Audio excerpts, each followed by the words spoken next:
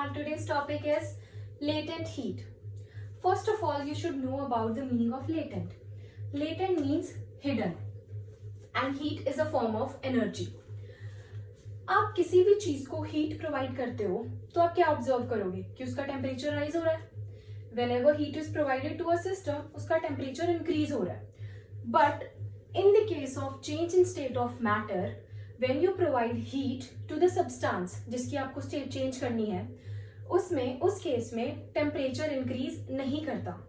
आप जितनी भी हीट प्रोवाइड कर रहे हो वो पूरी की पूरी हीट किस में यूटिलाइज हो रही है, मैटर की स्टेट को चेंज करने में यूटिलाइज हो रही है.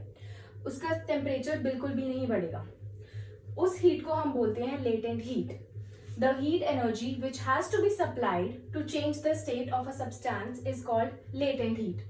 इसको latent heat ही क्यों बोलते हैं, छिपी हुई हीट. क्यों?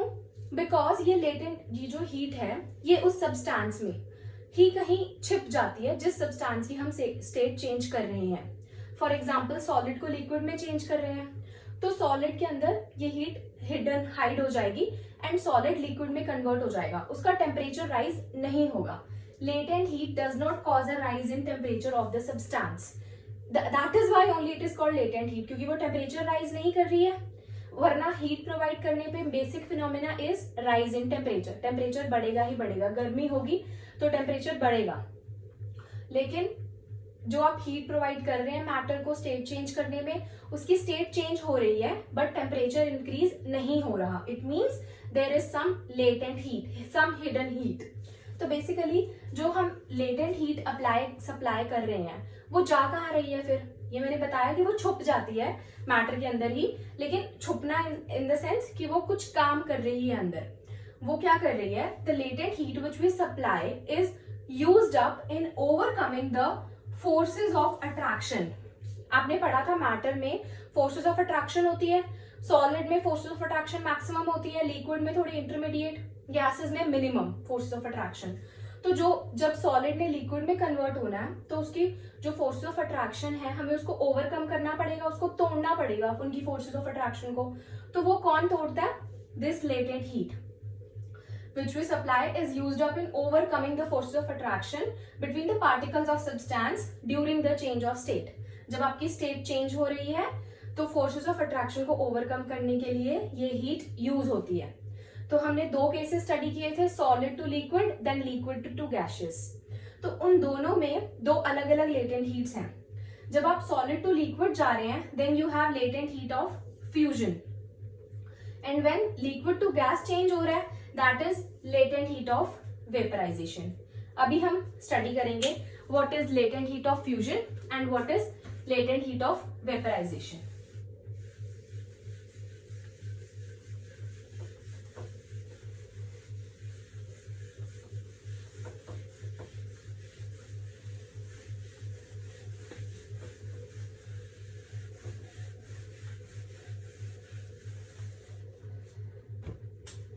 लेटेंट हीट ऑफ फ्यूजन को स्टडी करने के लिए हमें एक एग्जांपल लेना पड़ेगा.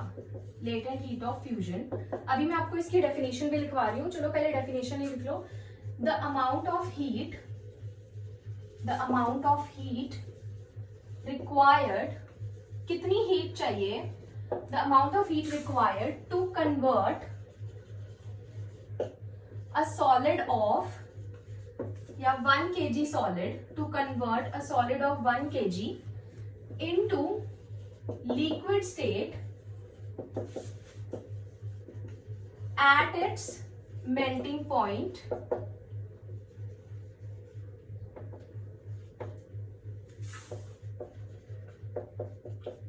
at atmospheric pressure.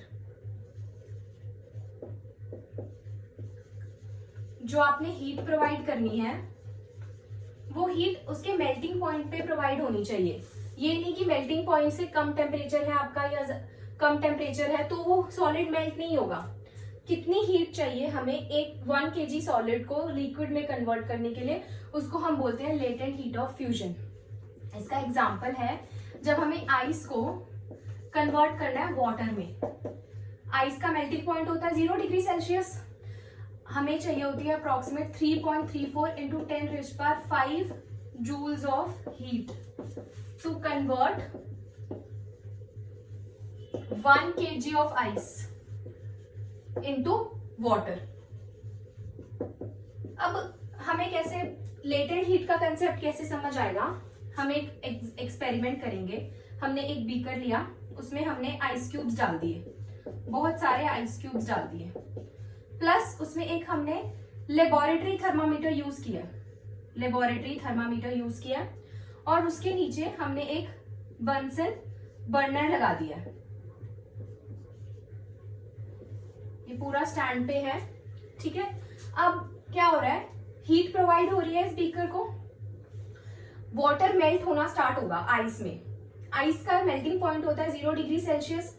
0 degree Celsius पे ही रहेगा आपका थर्मामीटर का स्केल. हीट प्रोवाइड होगी, आइस मेल्ट होती रहेगी, धीरे धीरे पूरी आइस मेल्ट हो जाएगी, लेकिन टेम्परेचर राइज नहीं होगा. No rise in temperature, no rise in temperature. Solid will change, ice will change into water, but without any rise in temperature. So it means ये जो आप heat provide कर रहे हो नीचे से, वो क्या कर रही है? वो सारी की सारी सिर्फ और सिर्फ state change करने में help कर रही है. Heat provided helps to change the state, helps to change the state of matter. And how it is helping? जो आइस के अंदर पार्टिकल्स हैं, उनकी जो फोर्सेस ऑफ अट्रैक्शन है वो मैक्सिमम थी. अब जब हीट प्रोवाइड कर रहे हैं तो वो फोर्सेस ऑफ अट्रैक्शन लूज हो रही है, वो हीट उन फोर्सेस ऑफ अट्रैक्शन को ओवरकम कर रही है. एक पॉइंट है कि जो लेटेंट हीट है, latent heat it does not increase kinetic energy, does not increase kinetic energy. वो kinetic energy increase नहीं करती. That simply means it does not increase the temperature. Does not increase the temperature. तो ये बात clear हो गई कि जो आप हीट प्रोवाइड कर रहे हो वो सारी की सारी मैटर की स्टेट चेंज होने में हेल्प कर रही है. This is latent heat of fusion, क्योंकि इसमें सॉलिड लिक्विड में कन्वर्ट हो रहा है. सेम वे हम स्टडी करेंगे latent heat of vaporisation. Vaporisation मतलब लिक्विड्स वेपर में कन्वर्ट हो रहे हैं. Latent heat of vaporisation, it is the amount of heat required to convert a liquid of 1 kilogram, liquid of 1 kilogram into gaseous state at its, यहां पे क्या आना चाहिए? बॉइलिंग पॉइंट, क्योंकि लिक्विड जो है वो बॉइलिंग पॉइंट पे बॉइल होना शुरू होता है. Change of state of matter में किया था कि लिक्विड बॉइलिंग पॉइंट पे बॉइल होता है at atmospheric pressure. Same way अब क्या होगा? अब एग्जांपल होगा water will change into steam. तो वाटर को आपको हीट प्रोवाइड करनी पड़ेगी. उसका कैलकुलेटेड है 2.25 इंटू 10⁵ जूल्स ऑफ हीट चाहिए to convert 1 kg of water into gas और स्टीम. सेम डिट्टो एग्जांपल हम लेंगे वाटर का. अब हमने आइस क्यूब नहीं डालना है. Now will take water in the beaker. अब हमने बीकर में वाटर ले लिया. Same experiment, water will change to steam. जब आप नीचे उसको हीट प्रोवाइड कर रहे हैं, कॉन्टिन्यूसली हीट प्रोवाइड हो रही है, तो वाटर पहले उसका अब क्या होगा? स्केल का temperature, suppose water was at room temperature 28 degree Celsius. जैसे जैसे आप हीट प्रोवाइड करोगे वाटर का स्केल राइज होगा, वाटर हीट अप होगा, उसका स्केल राइज होगा धीरे धीरे 50, 60, 80.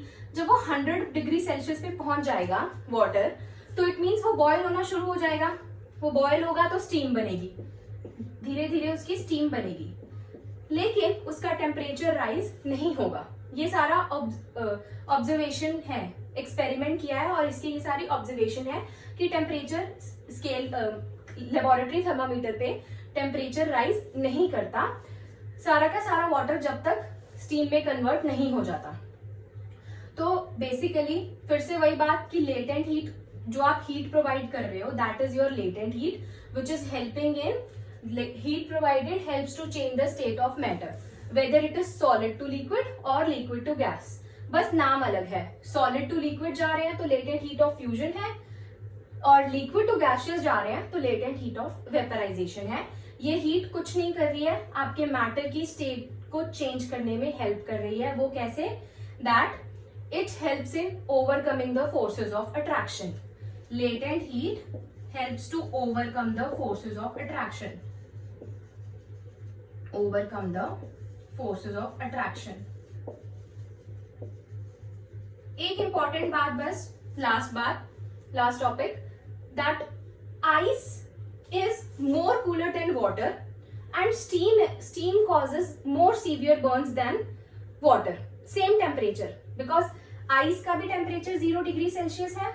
ice 0 डिग्री सेल्सियस पे ही मेल्ट होती है, और वाटर भी जब आइस मेल्ट होती है 0 डिग्री पे, तो जो उसका वाटर बनता है उसी आइस का, उसका टेम्परेचर भी थोड़ी देर के लिए 0 डिग्री सेल्सियस ही होता है. तो इन दोनों में से ice is more cooler, it is more cooler than water. इसका रीजन ये है कि जब आप एक आइस क्यूब को अपने हाथ में पकड़ते हैं तो वो आइस क्यूब आपके हाथ से लेटेंट हीट ले लेता है अपने आप को कन्वर्ट करने के लिए लिक्विड स्टेट में. तो उसने आपके हाथ की हीट ले ली, तो you will feel more cool because it absorbs the latent heat. And whereas steam causes more severe burns because it has the latent heat. Water क्या करता है? Water latent heat absorb कर रहा है, तो वो latent heat किसके पास जा रही है? Steam के पास. Steam causes more severe burns due to presence of latent heat. इसके क्वेश्चंस आ जाते हैं इस टॉपिक पे कि why steam causes more severe burns than water at the same temperature, and same way ice और वाटर का भी आ जाता है. Steam causes more severe burns due to presence of latent heat. Thank you for watching this video. You can ask your doubts in the comment section.